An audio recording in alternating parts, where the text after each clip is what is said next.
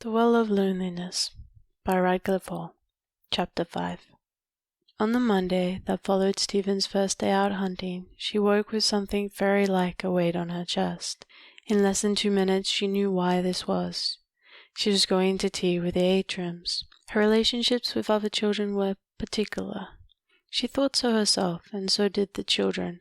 They could not define it, and neither could Stephen, but there it was all the same.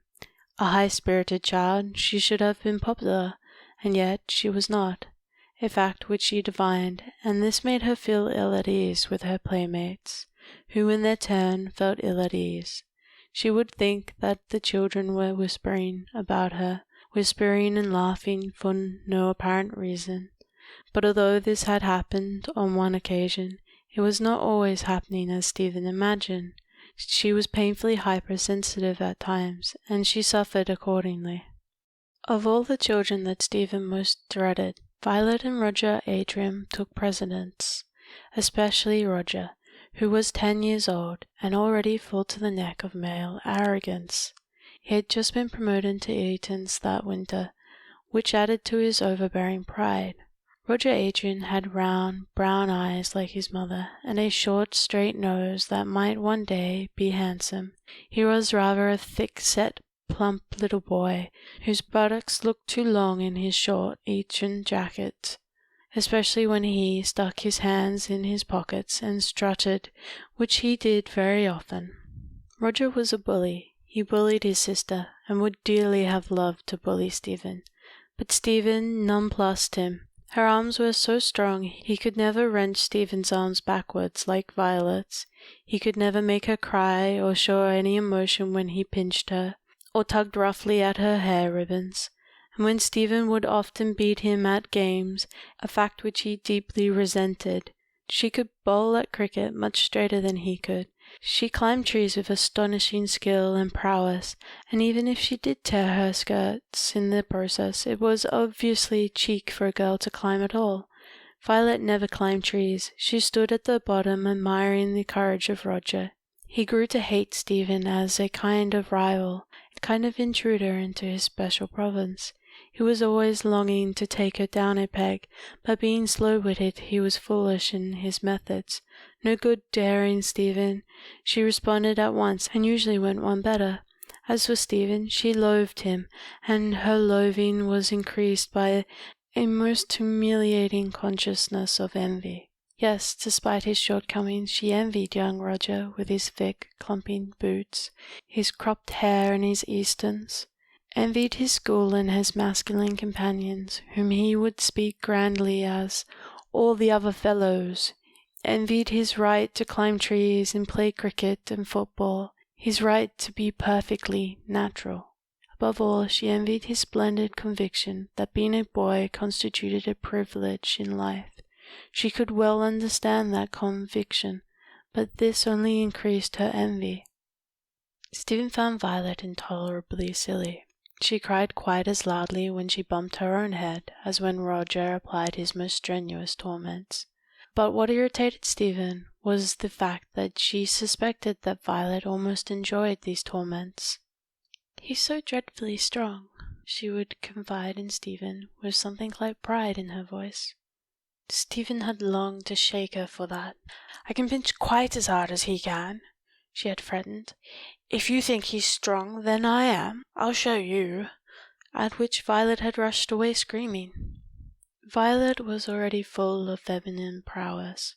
She loved dolls, but not quite so much as she pretended. People said, "Look at Violet, she's like a little mother. It's so touching to see that instinct in a child." Then Violet would become still more touching. She was always thrusting her dolls upon Stephen, making her undress them and put them to bed. "Now you're Nanny, Stephen, and I'm Gertrude's mother, or you can be mother this time if you'd rather. Oh, be careful, you'll break her. Now you've pulled off a button. I do think you might play more like I do." And then Violet knitted, or said that she knitted. Stephen had never seen anything but knots. "Can't you knit?" she would say, looking scornfully at Stephen. "I can. Mother called me a dear little housewife." Then Stephen would lose her temper and speak rudely. "You're a dear little sod. That's what you are." For hours she must play stupid doll games with Violet, because Roger would not always play real games in the garden.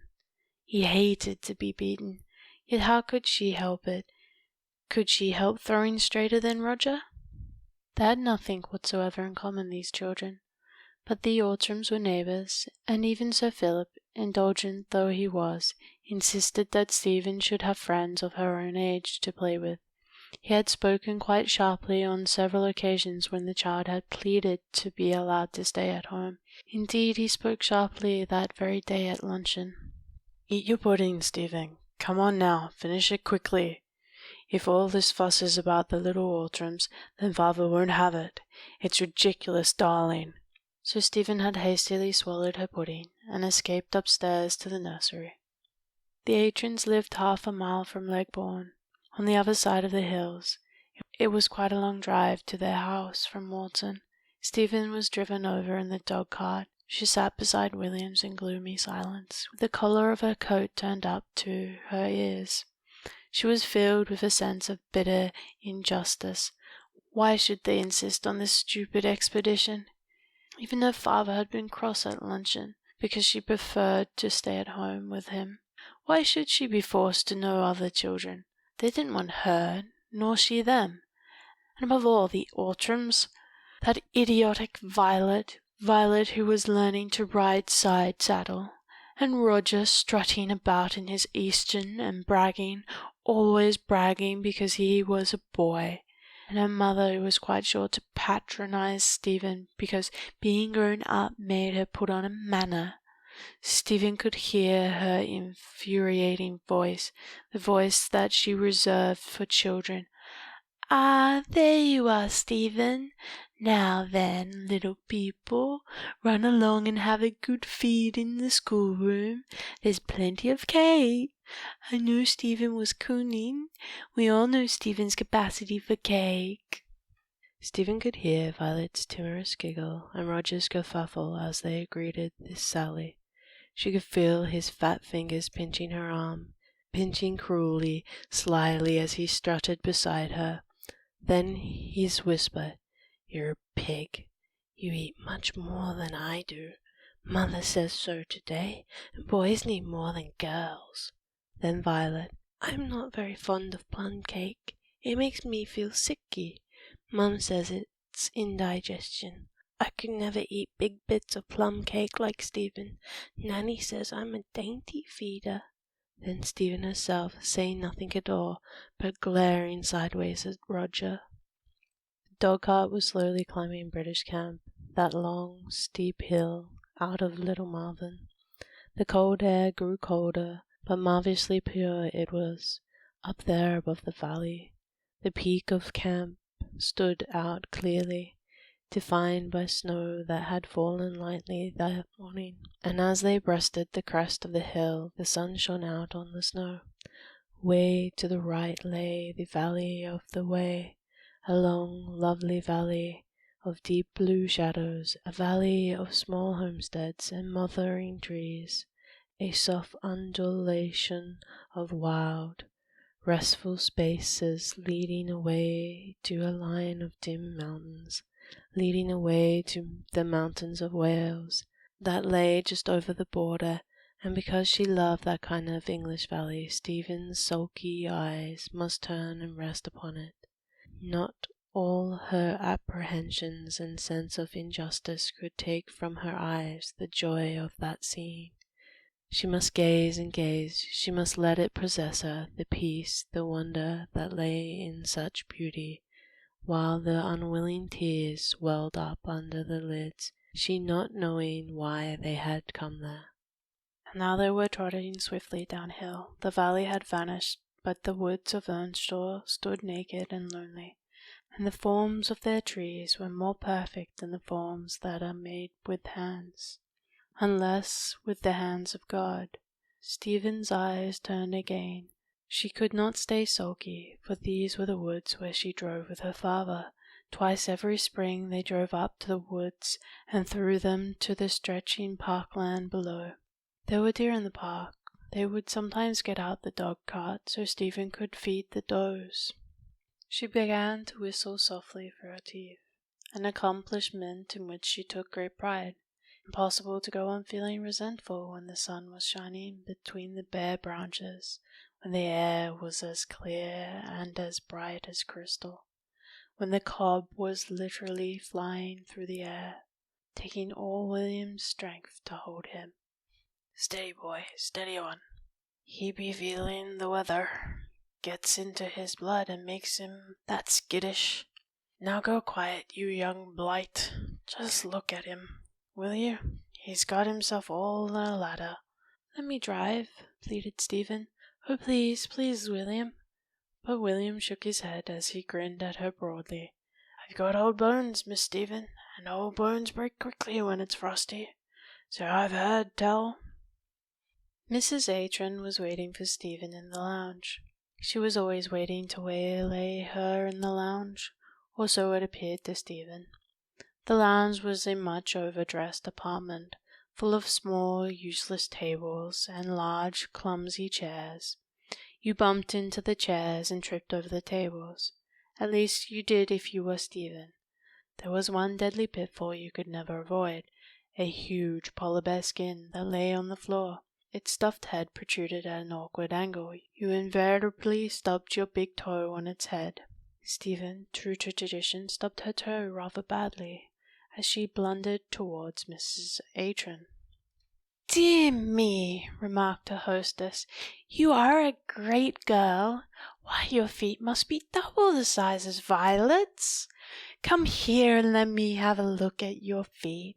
Then she laughed as though something amused her. Stephen was longing to rub her big toe, but she thought better of it, enduring in silence. "Children," called Miss Atron, "here's Stephen. I'm sure she's as hungry as a hunter." Violet was wearing a pale blue silk frock. Even at 7 she was vain of her appearance. She had cried until she had got permission to wear that particular pale blue frock, which was usually reserved for parties. Her brown hair was curled into careful ringlets and tied with a very large bow of blue ribbon. Mrs. Atron glanced quickly from Stephen to Violet with a look of maternal pride. Roger was bulging inside his Atrons. His round cheeks were puffed, very pink and aggressive. He eyed Stephen coldly from above a white collar that was obviously fresh from the laundry. On their way upstairs he pinched Stephen's leg, and Stephen kicked backwards swiftly and neatly. "I suppose you think you can kick," grunted Roger, who was suffering actually at that moment from his shin. "You've not got the strength of a fella." "I don't feel it." At Violet's request they had been left alone for tea. She liked playing the hostess, and her mother spoiled her. A special small teapot had been unearthed in order that Violet could lift it. "Sugar?" she inquired, with tongue poised in midair. "And milk?" she added, imitating her mother. Mrs. Atron always said, "and milk," in that tone. It made you feel that you must be rather greedy. "Oh, chuck it!" growled Roger, whose shins were still aching. "You know I want milk and 4 lumps of sugar." Violet's underlip began to tremble, but she held her ground with unexpected firmness. "May I give you a little bit more milk, Stephen dear? Or would you prefer no milk, only lemon?" "There is no lemon, you know it," bellowed Roger. "Here, give me my tea or I'll spoil that hair ribbon." He grabbed at his cup and nearly upset it. "Oh!" shrilled Violet. "My dress!" They settled down to the meal at last, but Stephen observed that Roger was watching every mouthful she ate. She could feel him watching, so that she grew self-conscious. She was hungry, not having eaten much luncheon, but now she could not enjoy her cake. Roger himself was stuffing like a grampus, but his eyes never left her face. Then Roger, the slow-witted in his delights with Stephen, all but choked in the throes of a great inspiration. "Hello," he began with his mouth full. "What about a certain young lady out hunting? What about a fat leg on each side of her horse like a monkey on a stick, and everybody laughing?" "They were not," exclaimed Stephen, growing suddenly red. "Oh, yes, but they were, though," mocked Roger. Now had Stephen been wise, she would have let that thing drop, for no fun is derived from a one-sided contest. But at 8 years old, one is not always wise, and moreover her pride had been stung to the quick. She said, "I'd like to see you get the brush. Why, you can't stick on just riding round the paddock. I've seen you fall off jumping nothing but a hurdle. I'd like to see you out and hunting." Roger swallowed some more cake. There was no great hurry. He had thrown his sprat and had landed his mackerel. He had very much fretted that she might not be drawn. It was not always easy to draw Stephen. "Well, now listen," he drawled. "I'll tell you something. You thought they'd marry you squatting on your pony. You thought you were being very grand, I'll bet, with your new riding breeches and your black velvet cap. You thought they'd suppose that you looked like a boy just because you were trying to be one. As a matter of fact, if you really want to know, they were busting their sides. Why, my father said so. He was laughing all the time at your looking so funny on that rotten old pony. That's as fat as a porpoise. Why, he only gave you the brush for fun, because you were such a small kid. He said so. He said, 'I've given Stephen Gordon the brush because I thought she might cry if I didn't.'" "You're a liar," breathed Stephen, who had turned very pale. "Oh, am I? Well, you ask father." "Do stop," whimpered Violet, beginning to cry. "You're horrible. You're spoiling my party." But Roger was launched on his first perfect triumph. He had seen the expression in Stephen's eyes. "And my mother says," he continued more loudly, "that your mother must be funny to allow you to do it. She said it was horrible to let a girl ride that way. She said she was awfully surprised at your mother. She said that she'd have thought that your mother had more sense. She said that it wasn't modest. She said—" Stephen had suddenly sprung to her feet. "How dare you? How dare you? My mother!" she sputtered. And now she was almost beside herself with rage, conscious of only one overwhelming impulse, and that was to belabor Roger. A plate crashed to the ground, and Violet screamed faintly. Roger in his turn had pushed back his chair. His round eyes were starting, and rather frightened.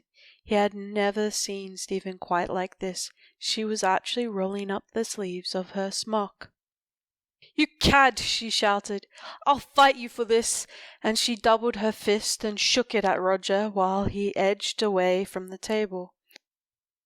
She stood there enraged and ridiculous figure in her Liberty smock, with her hard, boyish forearms. Her long hair had parted, escaped from its ribbon, and the bow sagged down limply, crooked and foolish. All that was heavy in her face sprung into view, the strong line of her jaw, the square, massive brow, the eyebrows too thick and too wide for beauty, and yet there was a kind of large splendour about her. Absurd though she was splendid at that moment, grotesque and splendour, like some primitive thing conceived in a turbulent age of transition.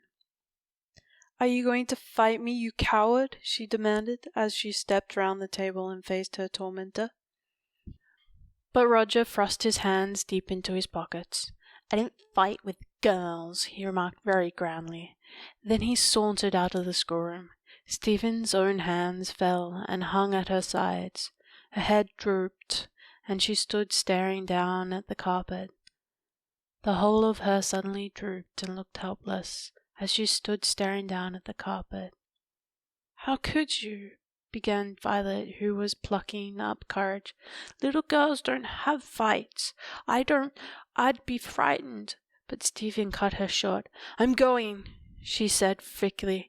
"I'm going home to my father." She went heavily downstairs, out into the lobby, where she put on her hat and coat. then made her way round the house to the stables, in search of old Williams and the dog-cart. "You're home very early, Stephen," said Anna, but Sir Philip was staring at his daughter's face. "What's the matter?" he inquired, and his voice sounded very anxious. "Come here and tell me about it."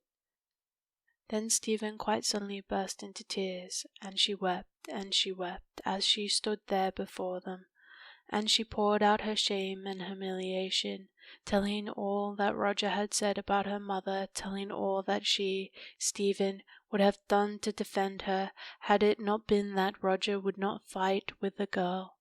She wept and she wept without any restraint, scarcely knowing what she said, at that moment not caring, and Sir Philip listened with his head on his hand, and Anna listened bewildered and dumbfounded. She tried to kiss Stephen, to hold her to her, but Stephen, still sobbing, pushed her away. In this orgy of grief she resented consolation, so that in the end Anna took her to the nursery and delivered her over to the care of Miss Bingham, feeling that the child did not want her. When Anna went quietly back to the study, Sir Philip was still sitting with his head on his hand. She said, "This time you realize, Philip, that if you're Stephen's father, I am her mother. So far as you managed the child your own way, and I don't think it's been successful. You have treated Stephen as if she were a boy. Perhaps it's because I have not given you a son." Her voice trembled a little, but she went on gravely. "It's not good for Stephen. I know it's not good, and at times it frightens me, Philip." No, he said sharply, but Anna persisted. "Yes, Philip, at times it makes me afraid. I can't tell you why, but it seems all wrong. It makes me feel strange with this child." He looked at her out of his melancholy eyes. "Can't you trust me? Won't you try to trust me, Anna?" But Anna shook her head. "I don't understand why you shouldn't trust me, Philip." And then in his terror for this beloved woman, Sir Philip committed the first cowardly action of his life. He who would not have spared himself pain could not bear to inflict it on Anna. In his infinite pity for Stephen's mother, he sinned very deeply and gravely against Stephen, by withholding from that mother his own conviction that her child was not as other children. "There's nothing for you to understand," he said firmly, "but I like you to trust me in all things." After this, they sat talking about the child, Sir Philip very quiet and reassuring. "I've wanted her to have a healthy body," he explained. "That's why I've let her run more or less wild. But perhaps we'd better have a governess now? As you say, a French governess, my dear, if you prefer one. Later on, I've always meant to engage a blue stocking, some woman who's been to Oxford. I've wanted Stephen to have the finest education that care and money can give her." But once again Anna began to protest. "What's the good of it all, for a girl?" she argued. "Did you love me any less because I cannot do mathematics? Do you love me less now because I can count on my fingers?" He kissed her. "That's different. You are you," he said, smiling. But a look that she knew well came into his eyes, a cold resolution expression, which meant that all persuasions was unlikely to be unavailing. Presently they went upstairs to the nursery, and Sir Philip shaded the candle with his hand. While they stood together gazing down at Stephen, the child was heavily asleep. "Look, Philip, pitiful and shaken. Look, Philip, she's got 2 big tears on her cheeks." He nodded, slipping his arm around Anna. "Come away," he muttered. "We may wake her."